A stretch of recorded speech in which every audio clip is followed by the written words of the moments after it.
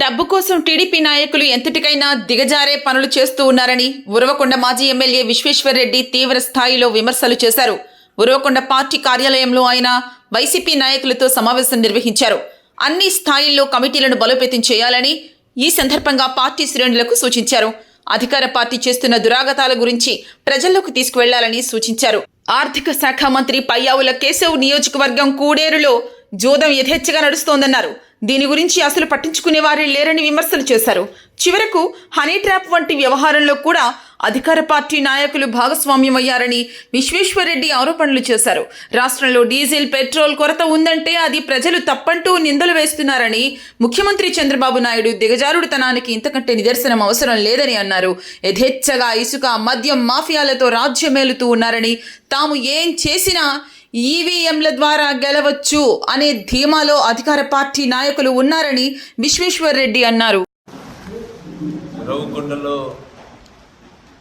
YSR Congress party నిర్మాణానికి సంబంధించిన సమావేశం నిర్వహించడం జరిగింది. ఈ మధ్యకాలంలో పార్టీని గ్రామ స్థాయి నుంచి కూడా బలోపేతం చేసే చర్యల్లో భాగంగా గ్రామ కమిటీలు, గ్రామ అనుబంధ సంఘాలు అంటే రైతు సంఘం, మహిళా యువజన సంఘాలు, వీటన్నిటి కమిటీలు వేయడం జరిగింది. ప్రతి గ్రామంలో కూడా ఈరోజు 60-70 మందితో కమిటీలు ఏర్పాటైనాయి. అదేవిధంగా మండల స్థాయిలో కూడా మండల పార్టీ కమిటీలు, మండల అనుబంధ సంఘాలు, నియోజకవర్గ కమిటీలు, ఆ విధంగా రాష్ట్ర స్థాయి వరకు కూడా కమిటీలు వేసి పార్టీని అత్యంత బలోపేతమైనటువంటి పార్టీగా తీర్చిదిద్దుతా ఉన్నాము. మండలానికి 1000 మంది ఇప్పుడు పార్టీ సైన్యంలాగా ఈరోజు తయారైనటువంటి పరిస్థితి.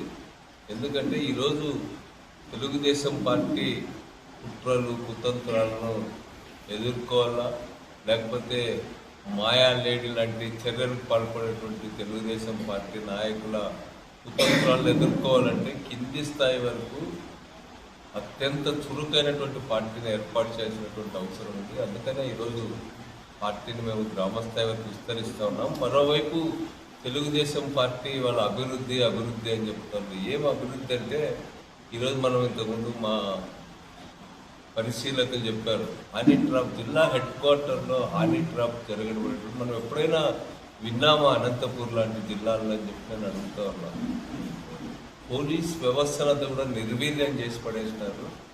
పోలీసులు అంటే రాజకీయ పార్టీ నాయకుల గులాములుగా, గుమాస్తాలుగా తయారు చేసి పెట్టారు. వాళ్ళని అడ్డు పెట్టుకొని ఈరోజు ఈ యొక్క హనీ ట్రాప్ లాంటివి జరుగుతున్నాయి. డబ్బు కోసం ప్రజల మానభంగాల్ని, ప్రజల ఆరోగ్యాల్ని, ప్రజల బతుకుల్ని అన్నింటినీ కూడా నాశనం చేస్తూ ఉన్నారు. పెద్ద ఎత్తున ఆస్తులు ఆక్రమించుకుంటూ ఉన్నారు.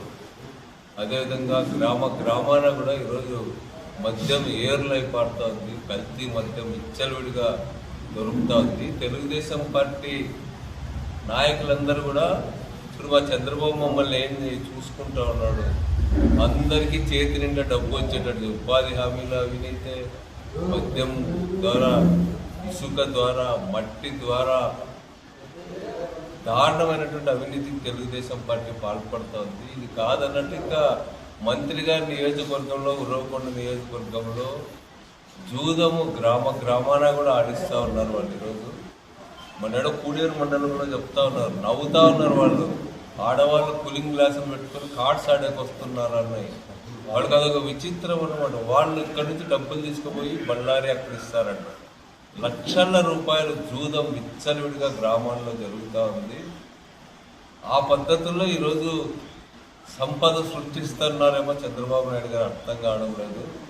కానీ మరోవైపు మాత్రం జనానికి ఈరోజు దివాళా ఎత్తుతా ఉన్నారు. ఈరోజు అంతేకాకుండా ఏ పంటకు కూడా మద్దతు ధర లేనటువంటి పరిస్థితి ఉంది.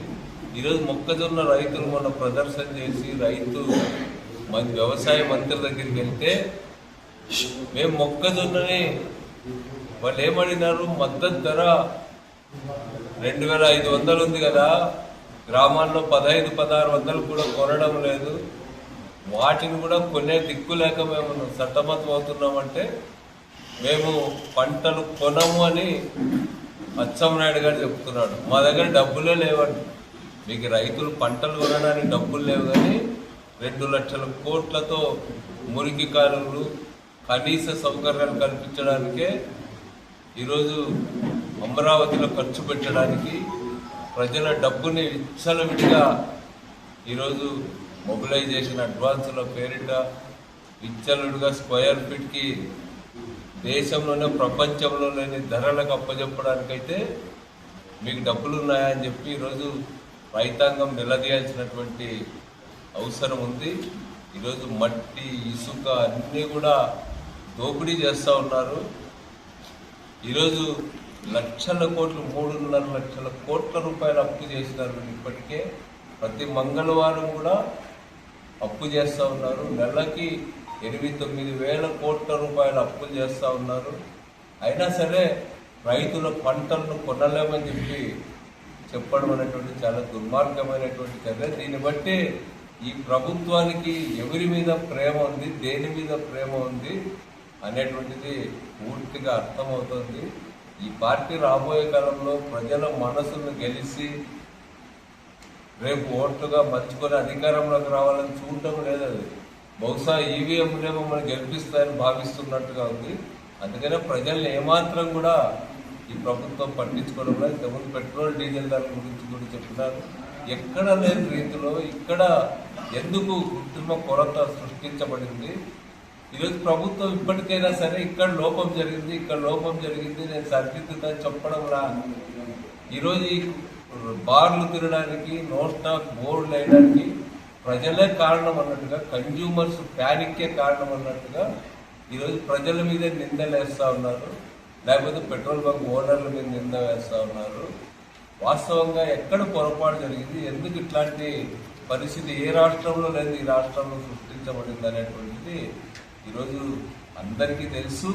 రాబోయే కాలంలో ధరలు పెరగబోతున్నాయి. కానీ పెట్రోల్ డీజిల్ కృత్రిమంగా దాచిపెట్టి అధికార పార్టీకి సంబంధించినటువంటి వాళ్ళు వీళ్ళు అందరూ కూడా కుమ్మక్క ఈరోజు ఇట్లాంటి కొరత సృష్టించినారనేటువంటిది వాస్తవం. ఈ ప్రభుత్వం దాన్ని సమర్థవంతంగా ఎదుర్కొని ప్రజల పక్షాన నిలబడడం బదులు ఇబ్బందులు పడి ఎండలకి క్యూల లైన్లలో నిలబడుతున్నటువంటి ప్రజల్ని నిందించడం అనేటువంటిది చాలా దుర్మార్గం అని చెప్పి నాకు ఫీల్ అవుతుంది.